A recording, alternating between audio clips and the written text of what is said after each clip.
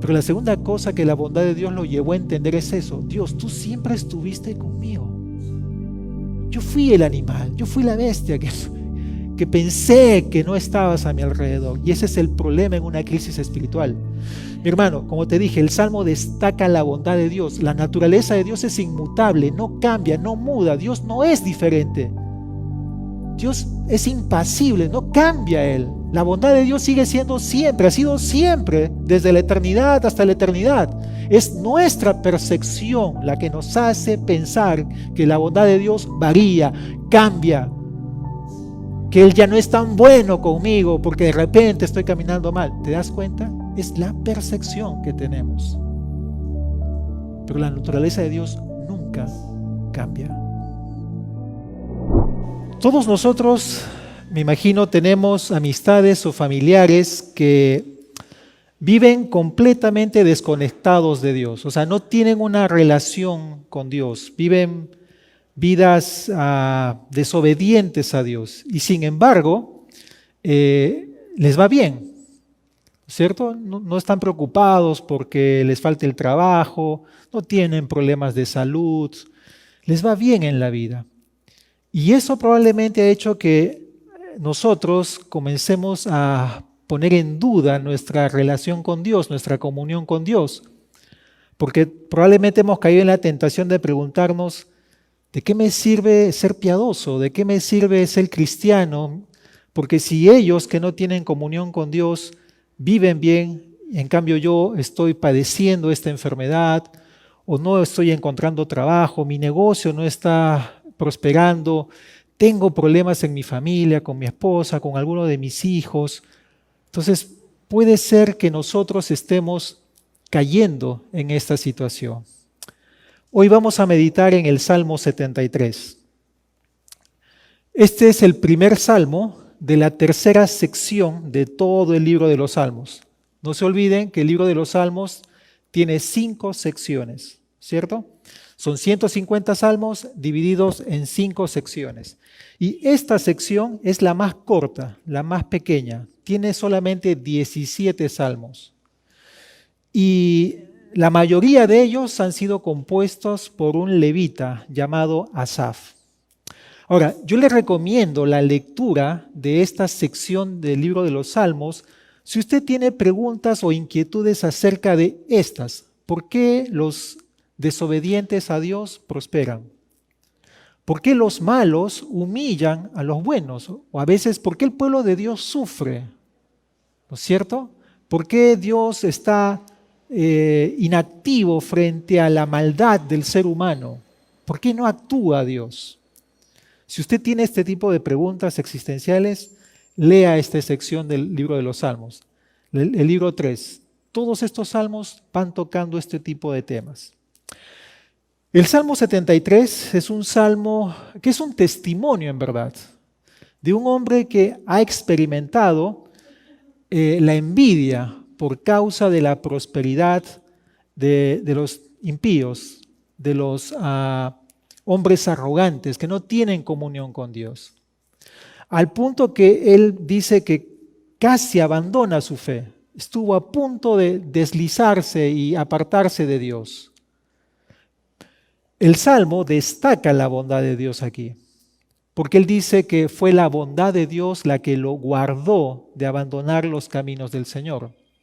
La bondad de Dios es quien hizo que impidiera que este hombre imitara a los impíos y le ayudara a darse cuenta de cuán neciamente estaba actuando. Los invito, abran sus Biblias en el Salmo 73 y vamos a leerlo. Y espero que en esta primera leída usted pueda captar el resumen que les he hecho. Salmo 73. ¿Lo tienen? Probablemente también en la pared van a proyectarlo. Si es que no ha traído su Biblia, puede usar su Biblia en físico o en forma electrónica, ¿no? Ok, dice, ciertamente es bueno Dios para con Israel, para con los limpios de corazón. En cuanto a mí, casi se deslizaron mis pies. Por poco resbalaron mis pasos, porque tuve envidia de los arrogantes, viendo la prosperidad de los impíos, porque no tienen congojas por su muerte, pues su vigor, su fuerza, está entero. No pasan trabajos como los otros mortales, ni son azotados como los demás hombres. Por tanto, la soberbia los corona. Se cubren de vestido de violencia. Recuerden que los salmos son poéticos, ¿no? Entonces está hablando de sus acciones. Los ojos se les saltan de gordura. Logran con creces los antojos del corazón. Se mofan y hablan con maldad de hacer violencia. Hablan con altanería. Ponen su boca contra el cielo y su lengua pasea la tierra. Por eso Dios hará volver a su pueblo aquí, y aguas en abundancia serán extraídas para ellos. Y dicen, ¿cómo sabe Dios? ¿Hay conocimiento en el Altísimo? He aquí, estos impíos, sin ser turbados del mundo, alcanzaron riquezas. Verdaderamente en vano he limpiado mi corazón y lavado mis manos en inocencia, pues he sido azotado todo el día y castigado todas las mañanas. Si dijera yo, hablaré como ellos, he aquí a la generación de tus hijos engañaría. Cuando pensé para saber esto, fue duro trabajo para mí, hasta que entrando en el santuario de Dios, comprendí el fin de ellos. Ciertamente los has puesto en deslizaderos, en asolamientos los harás caer. ¿Cómo han sido asolados de repente? Perecieron, se consumieron de terrores, como sueño del que despierta. Así, Señor, cuando despertares, menospreciarás su apariencia. Otra vez, no es que Dios duerma, es un lenguaje poético. Se llenó de amargura mi alma y en mi corazón sentía punzadas. Tan torpe era yo que no entendía. Era como una bestia delante de ti. Con todo, yo siempre estuve contigo. Me tomaste de la mano derecha. Me has guiado según tu consejo y después me recibirás en gloria. ¿A quién tengo yo en los cielos sino a ti? Y fuera de ti nada deseo en la tierra. Mi carne y mi corazón desfallecen, mas la roca de mi corazón y mi porción es Dios para siempre. Porque he aquí, los que se alejan de ti perecerán. Tú destruirás a todo aquel que de ti se aparta. Pero en cuanto a mí, el acercarme a Dios es el bien. He puesto en Jehová el Señor mi esperanza para contar todas tus obras. Es maravilloso este salmo, ¿verdad, no? Esta mañana quiero hablar acerca de la envidia, porque es la emoción, el sentimiento en el cual este hombre cayó, ¿no es cierto? Él dice, porque tuve envidia de los arrogantes. Quiero ver esta mañana qué produjo, qué causó la envidia en este salmista, cuáles fueron los efectos que tuvo la envidia en este hombre, y finalmente quiero ver la solución, o sea, cómo este hombre salió de esta actitud, de esta condición. Y espero que esto sirva de provecho para nuestras vidas, porque todos nosotros estamos expuestos a vivir la misma experiencia, o de repente la estamos viviendo, o estamos a punto de caer en ella. Así que empecemos. La envidia es esa tristeza, es ese pesar por lo que los demás tienen y yo no tengo. O sea, cuando yo veo que las personas tienen cosas, y no solo cosas, sino tal vez están en mejores condiciones que yo. Pueden estar sanos y yo estar enfermo, no necesariamente tiene que ver con una posesión de algo material. Yo siento tristeza, pesar, pero esa tristeza me lleva a algo más siempre, a desear lo que ellos tienen. ¿No? Yo quisiera tener eso, y eso implica un descontento en mi corazón, un descontento para con Dios, ¿no es cierto? Porque lo que Dios me está dando no es suficiente, no me satisface, no me llena. Entonces, esa es la envidia, ¿no es cierto? Ahora, ¿qué es lo que causó la envidia en el salmista?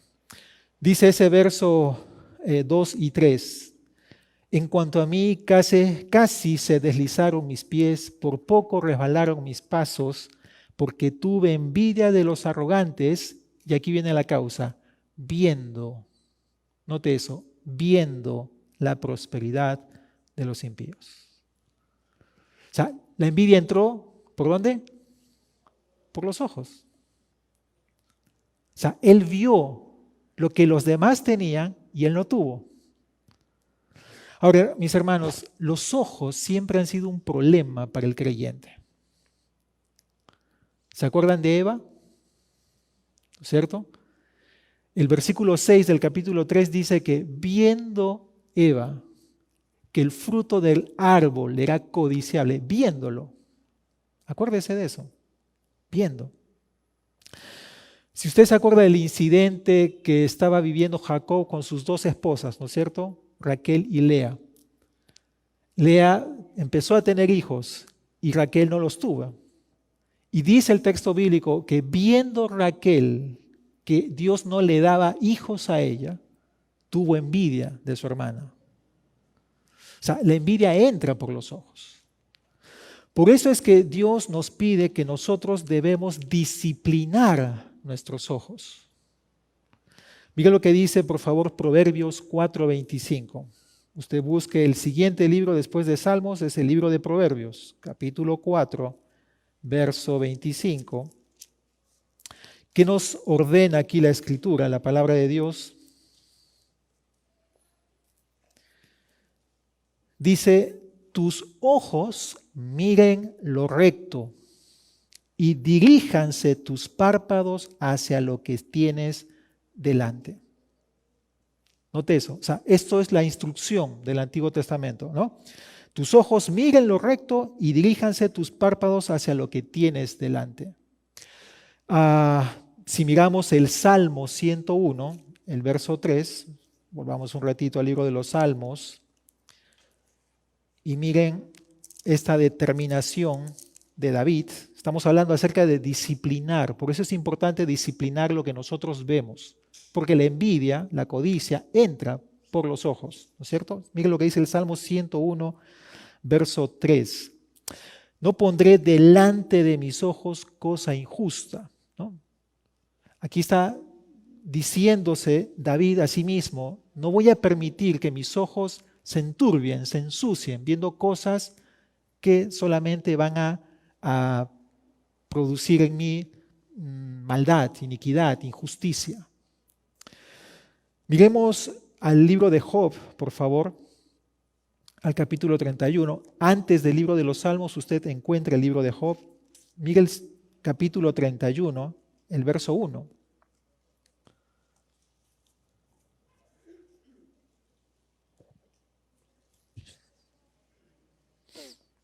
Job, capítulo 31, verso 1. Note esto. Hice pacto con mis ojos. ¿Cómo pues había yo de mirar a una virgen? Job era un hombre casado.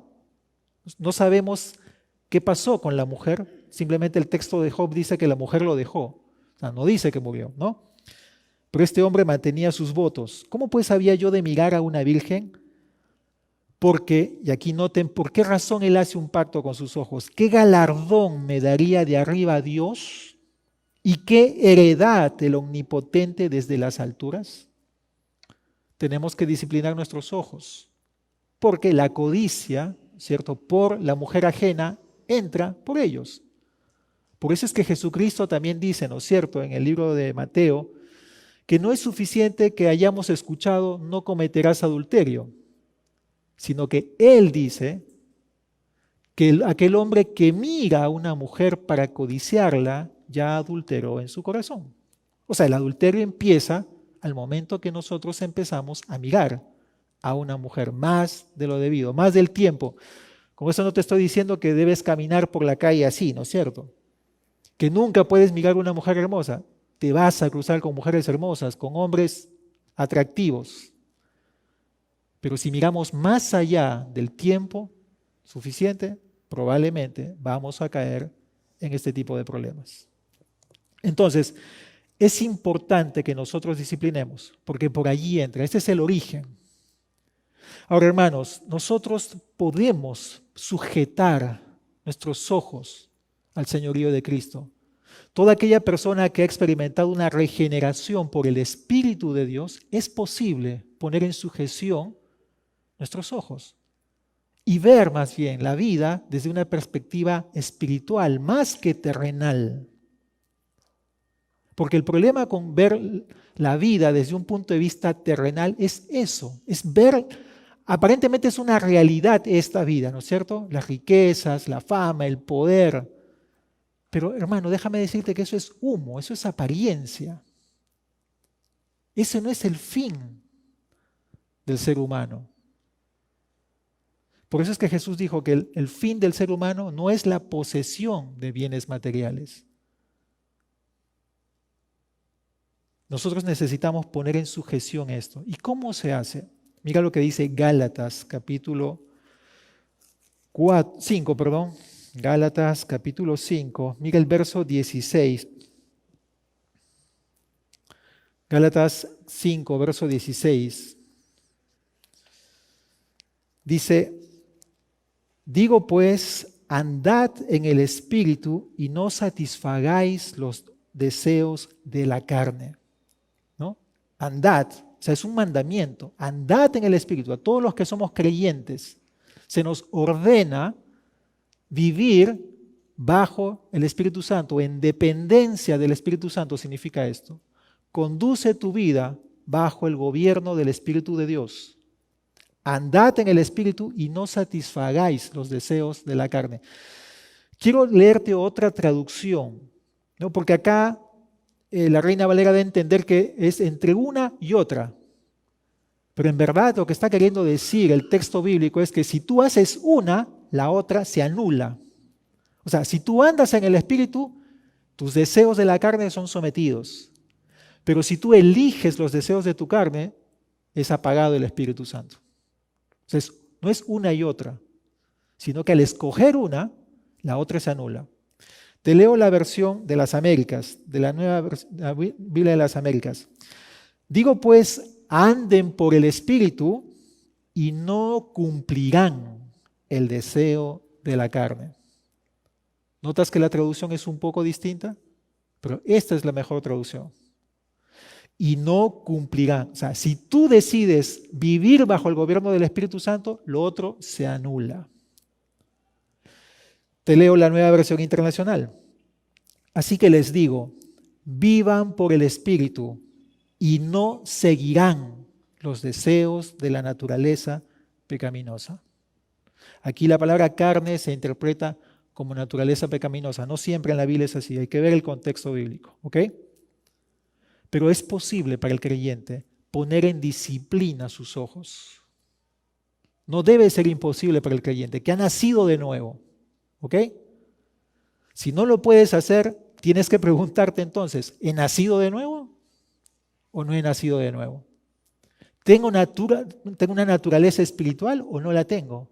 Porque si la tienes, debes vivir de esta manera. ¿Ok? Ahora, tal vez la pregunta es, pero ok, este hombre estuvo viendo la prosperidad de estos impíos, pero ¿por qué Dios los prospera? Mira, yo tengo dos respuestas. Una es que Dios los bendice. Dios quiere bendecirles también. Porque a través de estas personas es que también sigue bendiciendo a su pueblo. Muchos de nosotros no somos dueños de empresas. Son no creyentes los que tienen las empresas, pero tú y yo trabajamos en esas empresas. ¿O no? ¿Es así o no? No tenemos el dinero suficiente como para hacer, por ejemplo, hacer una exploración de una mina y empezar a hacer la extracción del mineral.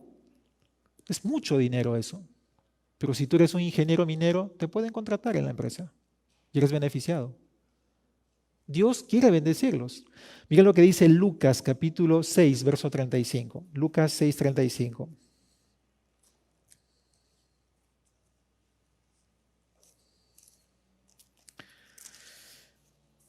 Dice Lucas 6, 35. Quiero resaltar la parte final del versículo.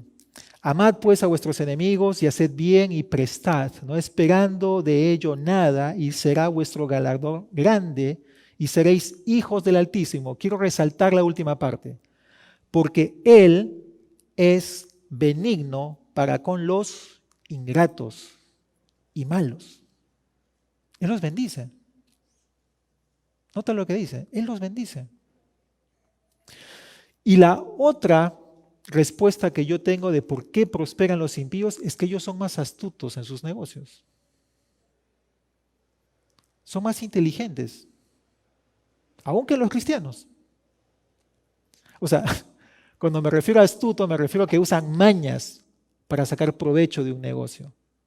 Y todos sabemos eso, creo, ¿no? Mira lo que dice Lucas, capítulo 16, verso 8. Son las palabras del Señor Jesús, no son mías, por si acaso. 16, 8. Lucas 16, 8. Él cuenta una parábola, ¿no es cierto? Una historia de un administrador que fue sorprendido, que estaba engañando al dueño de la empresa. Y el dueño de la empresa le dice que debe rendir sus cuentas y se va a ir. Lo van a despedir del trabajo. Y este hombre se comienza a preguntar, ¿y qué va a hacer de mí? Entonces comienza a llamar a los acreedores del dueño de la empresa y le dice, ¿cuánto le debes tú? Ok, te debo tanto. Muy bien, vamos a colocar tanto solamente. Menos cantidad. La diferencia, ¿quién se le iba a quedar? El administrador, ¿no es cierto? Nota el verso 8. Y alabó el amo al mayordomo malo, nota cómo lo califica, por haber hecho sagazmente, astutamente. Porque los hijos, y aquí vienen las palabras de Jesús, porque los hijos de este siglo son más sagaces, astutos en el trato con sus semejantes que los hijos de luz. Por eso es que prosperan también, porque son más astutos, haciendo trampas, engañando. Obviamente tú como creyente te limitas, ¿no es cierto? Porque sabes que eso no le agrada a Dios, pero el que no tiene temor de Dios, le va y le viene, ¿no? Por eso es que vemos tanta corrupción en nuestro país. Pero por eso es que prospera. Es una realidad. ¿Ok? No se va a acabar esto. Siempre va a existir. Vamos a convivir con la prosperidad de los impíos. El problema somos nosotros. ¿No es cierto? ¿Cómo reaccionamos a eso? Y en este caso el salmista se dejó llevar. ¿No es cierto? Dice, tuve envidia de los arrogantes, viendo la prosperidad de los impíos. Entonces esa es la causa, el ver. ¿Cuáles son las consecuencias? ¿Cuál es el efecto en la vida de un creyente que se llena de envidia? Uno nos lleva a cuestionar el valor de la santidad. Nos lleva a cuestionar la virtud de la vida cristiana. Mira lo que dice el verso 12 y 13, por favor. 73, 12 y 13. He aquí estos impíos, sin ser turbados del mundo, alcanzaron riquezas. Y nota esto, verdaderamente en vano he limpiado mi corazón y lavado mis manos en inocencia. O sea, este hombre, el efecto fue, ¿de qué me sirve ser un cristiano? ¿De qué me sirve ser un hombre piadoso? ¿De qué me sirve limitarme del pecado? No inmiscuirme con la maldad. ¿Me está yendo bien acaso? Nos hace poner en duda.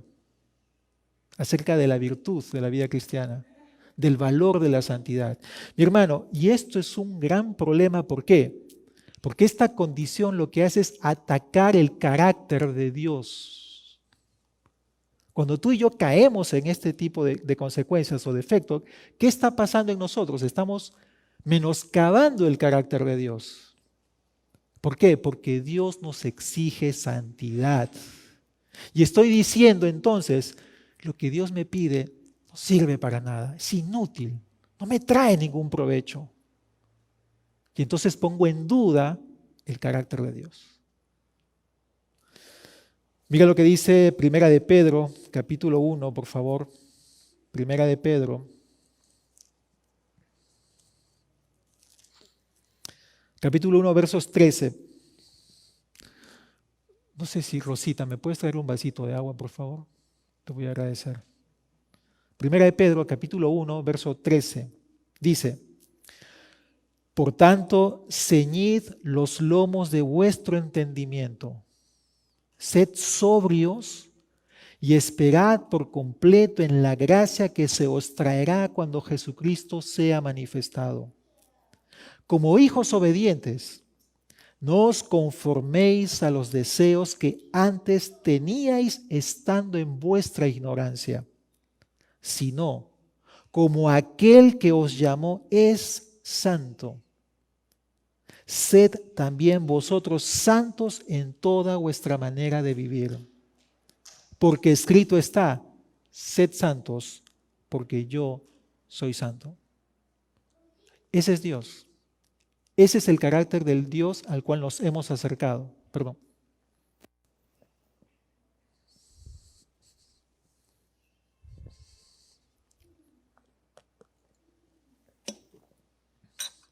Disculpen. Entonces, este es el primer efecto, ¿no es cierto? Desvirtuar la vida cristiana, es decir, es inútil, no sirve de nada, y eso atenta el carácter de Dios. Pero el segundo efecto es que nos conduce a querer imitar la conducta de los impíos. O sea, ser como ellos. Miren lo que dice el verso 15, 73:15. Si dijera yo, hablaré como ellos. Note eso. Y si usted da un recorrido al Salmo, lo que más resalta el salmista aquí es lo que ellos hablan. Lo que estos hombres hablan. Mire lo que dice, por ejemplo, el verso 8. Se mofan y hablan con maldad de hacer violencia, hablan con altanería. Verso 9, ponen su boca contra el cielo y su lengua pasea la tierra. Noten lo que dice el verso 11, y dicen, ¿cómo sabe Dios? Ya hay conocimiento en el Altísimo. O sea, lo que él resalta más del carácter de estos hombres impíos es lo que hablan. Como no pasan ningún pesar, se sienten los reyes de la vida. ¿No es cierto? Y normalmente la actitud del corazón se desboca por los labios.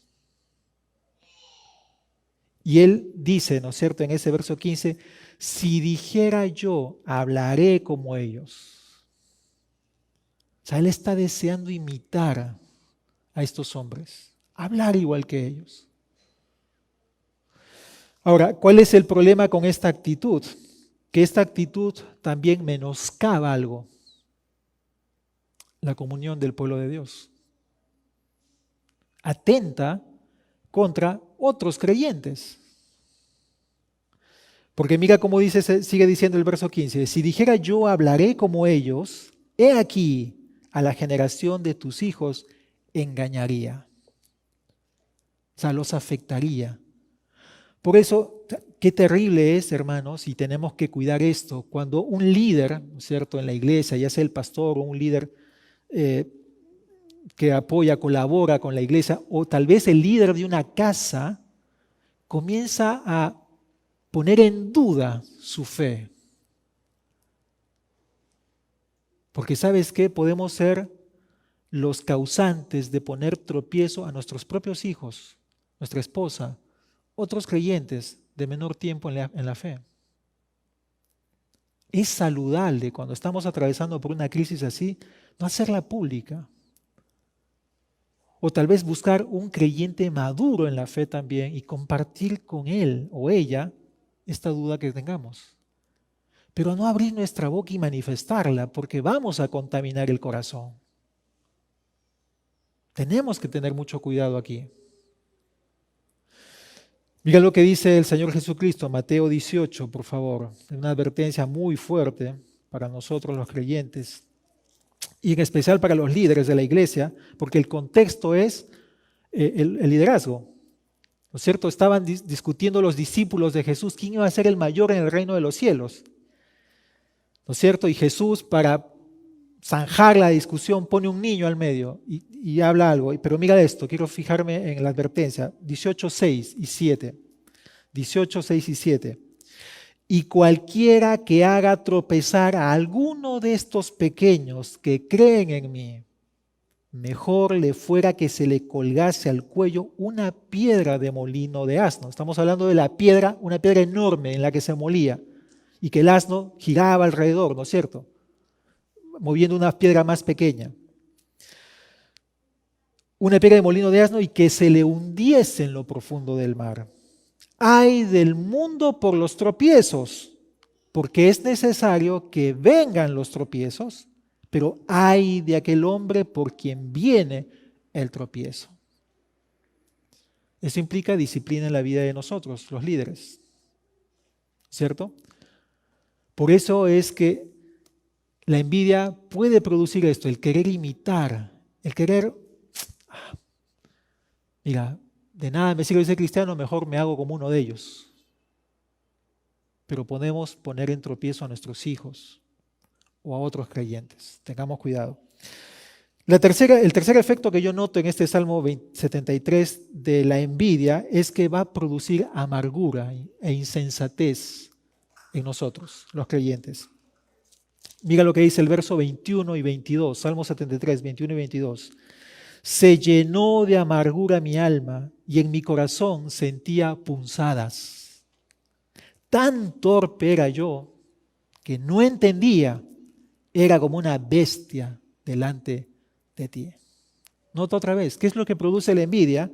Amargura de alma, ¿no? Se llenó de amargura mi alma y en mi corazón sentía punzadas. Porque no podía soportar esto. Esa lucha interior que estaba teniendo, le era difícil contenerla. Porque no estaba canalizándola correctamente. ¿Cuál es el perjuicio aquí? Nosotros mismos somos los perjudicados, ¿no? Ya no es el carácter de Dios, no es la santidad de la iglesia, somos nosotros mismos que estamos afectándonos por este tipo de conducta. Una frase de Miguel Unamuno dice, la envidia de morder nunca se sacia, pues no come, por eso es que no engorda, está siempre latente allí, pero está royendo, ¿no? Carcomiendo al ser humano, lastimándolo a él mismo. Ese es el problema. Entonces ya hemos visto la envidia, cuál es su causa y cuáles son sus efectos. Ahora, ¿cuál es la solución? La solución no está en nosotros, por si acaso, no está en que le pongas más empeño, ¿no? en tu carácter, sino es Dios. El Salmo destaca la bondad de Dios. Por eso es que no debemos guiarnos por los títulos. Por si acaso, el título que usted ve en su Biblia de El destino de los malos o la prosperidad de los malos, dependiendo de la versión que use de Biblia, no es el texto original. Es el título que le ha puesto el editor de esta versión de Biblia, por si acaso, ¿no? O sea, aparentemente el tema principal del Salmo 73 es el destino de los malos, pero no. Es la bondad de Dios. Porque note cómo empieza el Salmo. Verso 1, ciertamente o verdaderamente es bueno Dios para con Israel, para con los limpios de corazón. A diferencia de otros salmos, este salmista decide empezar con la conclusión. Porque los salmos normales describen el problema y luego termina con una conclusión del Señor es mi refugio, mi fortaleza y en Él voy a descansar. Pero aquí empieza al revés, empieza con la declaración, con la afirmación de fe. Ciertamente es bueno Dios para con Israel, para con los limpios de corazón. Nota cómo termina el Salmo, verso 28. Pero en cuanto a mí, el acercarme a Dios, ¿qué es? Es el bien. Es la misma palabra del verso 1. Es la misma palabra en el hebreo.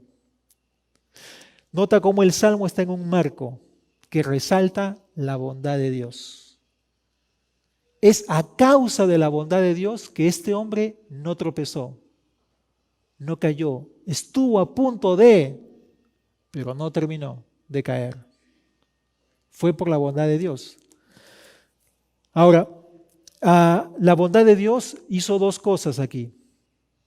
Y ahí está la solución. En primer lugar, hizo que este hombre entrara en razón.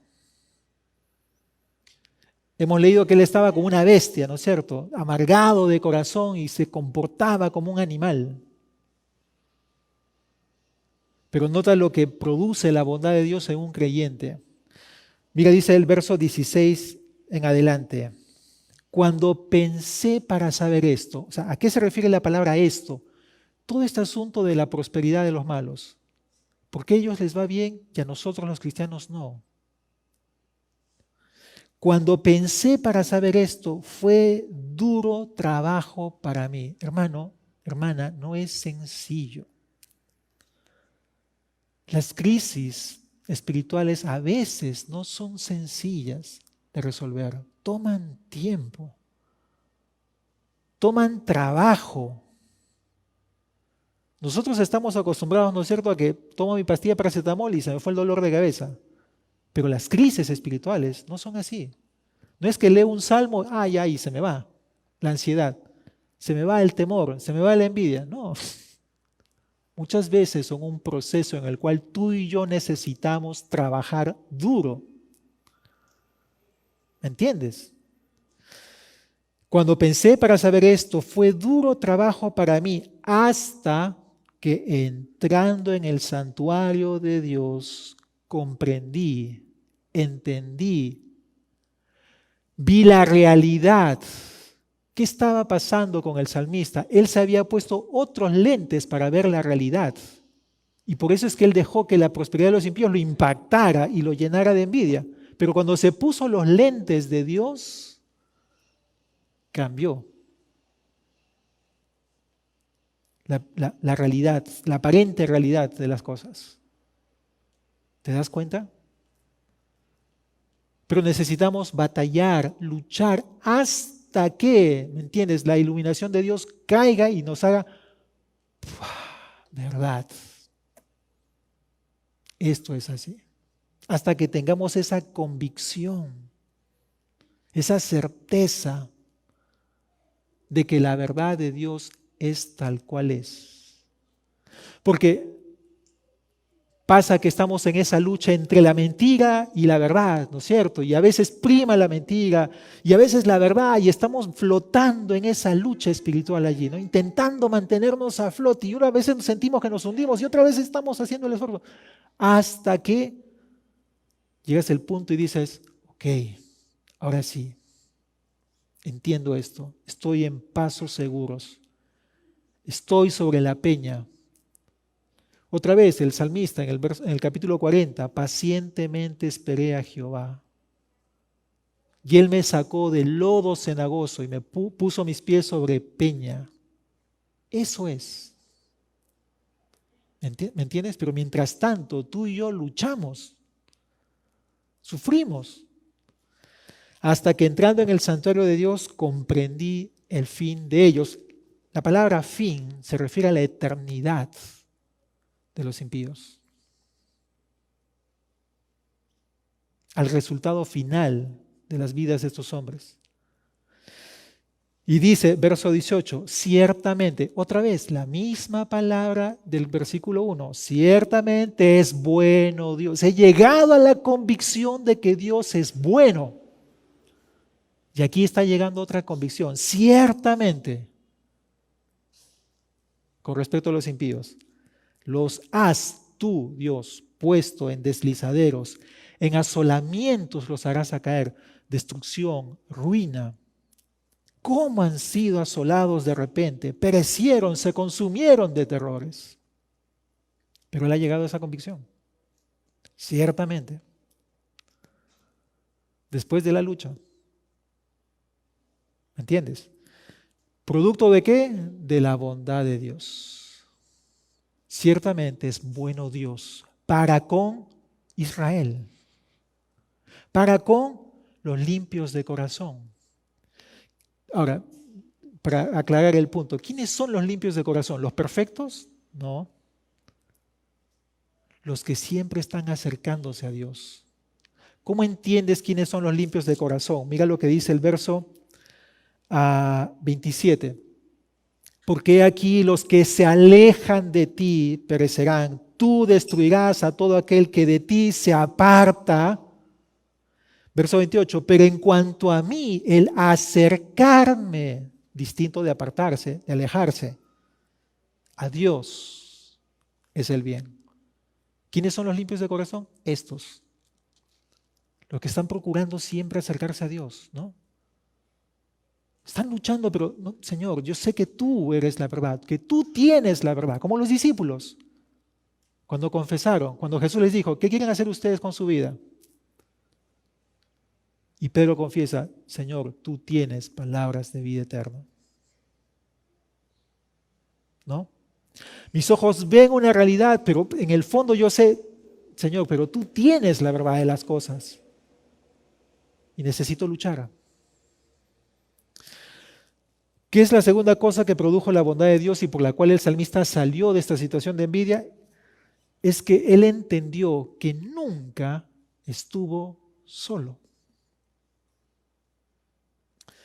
Mira el verso 23 en adelante, ¿no es cierto? Cuando él, después de que él dice, yo era como una bestia, el verso 23 dice, con todo, yo siempre estuve contigo.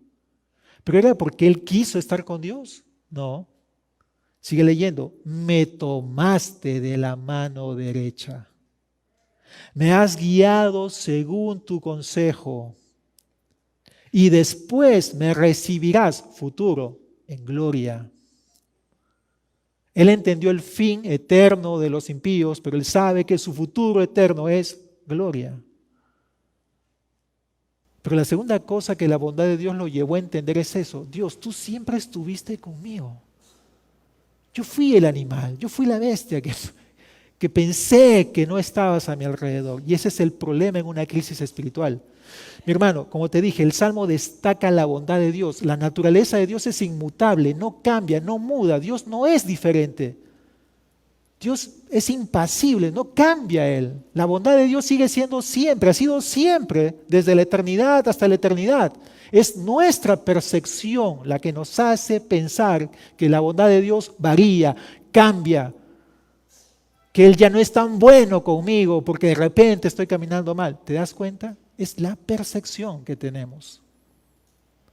Pero la naturaleza de Dios nunca cambia. Por eso es que le hace entender, tú siempre estuviste a mi lado.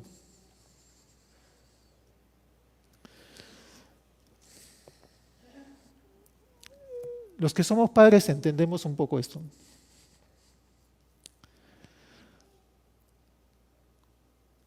Cuando hemos ido a lugares concurridos con nuestros hijos, un parque de diversiones o qué sé yo, un lugar, un mercado, no lo sé. Pero a veces tu hijo se zafa de la mano, ¿no es cierto? En su desesperación por querer conocer más las cosas, experimentar, no sé, así son los niños, ¿no es cierto? Ellos se zafan. ¿Quién busca a quién? ¿El padre o el niño busca al padre? Es el padre. El padre, no te vayas, ven para acá. ¿no es cierto? Vuelve a escapar, oye, lo traes, ¿no es cierto? Así está Dios con nosotros. Así está Dios con nosotros.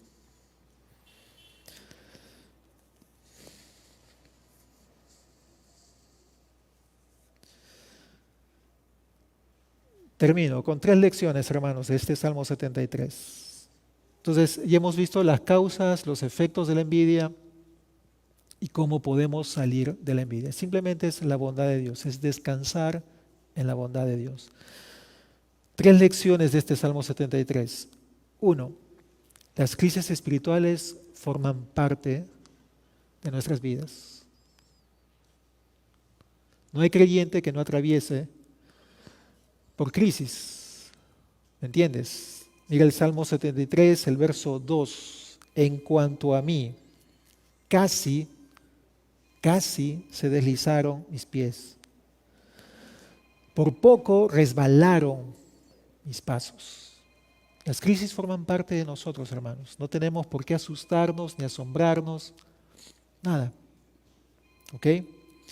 Lección número 2. Las crisis espirituales solamente van a ser superadas con la ayuda de Dios. Recuerda eso. Ciertamente es bueno Dios para con Israel, para con los limpios de corazón. Las crisis las vamos a superar solamente con Dios, no en nuestras propias fuerzas, no en tu sabiduría, no en tu inteligencia, no en tu experiencia, sino en el Señor. Por eso debemos buscar al Señor. Hasta que comprendí, o hasta que entrando en el santuario de Dios comprendí el fin de ellos. Y la tercera lección es que las crisis espirituales producen o deben producir un mayor crecimiento, un mayor conocimiento de Dios. Mira lo que dice el salmista en el verso 25 y 26. ¿A quién tengo yo en los cielos sino a ti? Y fuera de ti, nada deseo en la tierra. Mi carne y mi corazón desfallecen, mas la roca de mi corazón y mi porción es Dios para siempre. Dime si esta frase, el verso 25, no es una de las frases más grandiosas que la Biblia tiene. Es uno de los versículos más conocidos. ¿Y de dónde resultó? De una crisis. ¿Entiendes? Las mayores convicciones de fe, las mejores declaraciones que encontramos en la Escritura, son el resultado de eso, de las crisis, de la lucha, de la batalla. Job, ¿no es cierto? De oídas te había oído, pero ahora mis ojos te ven. Después de toda una crisis espiritual. Así que hermanos, no olviden estas lecciones. No tengamos temor a las crisis porque ellas van a traer un buen resultado para nuestras vidas. ¿Oramos?